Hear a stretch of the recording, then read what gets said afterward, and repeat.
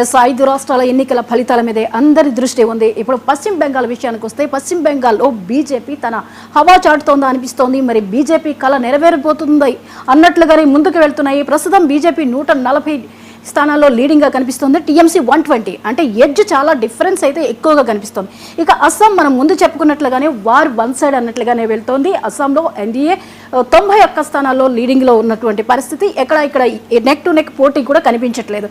ఇక తమిళనాడు విషయానికి వస్తే తమిళనాడులో ఊహించని రీతిలో మార్పులు అయితే జరుగుతున్నాయి. డిఎంకే ఏమో వెనక్కి వెళ్ళింది, ఏఐడిఎంకే పుంజుకుంది.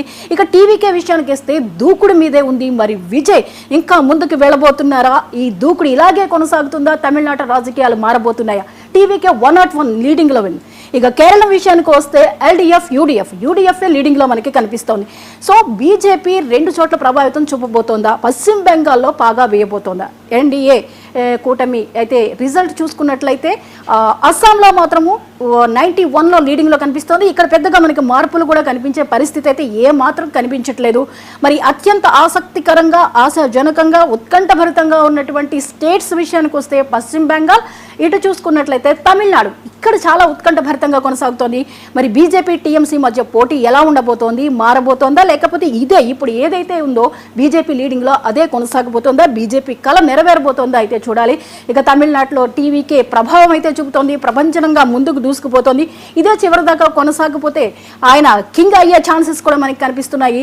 చూద్దాం. ఇక బీజేపీకి సంబంధించినటువంటి వివరాలను అన్నింటినీ అందించడానికి, బీజేపీ మీద ఎటువంటి ఒపీనియన్స్ ఉన్నాయో తెలియజేయడానికి స్పెషల్ కరెస్పాండెంట్ తేజ సిద్ధంగా ఉన్నారు బీజేపీ కార్యాలయం నుంచి.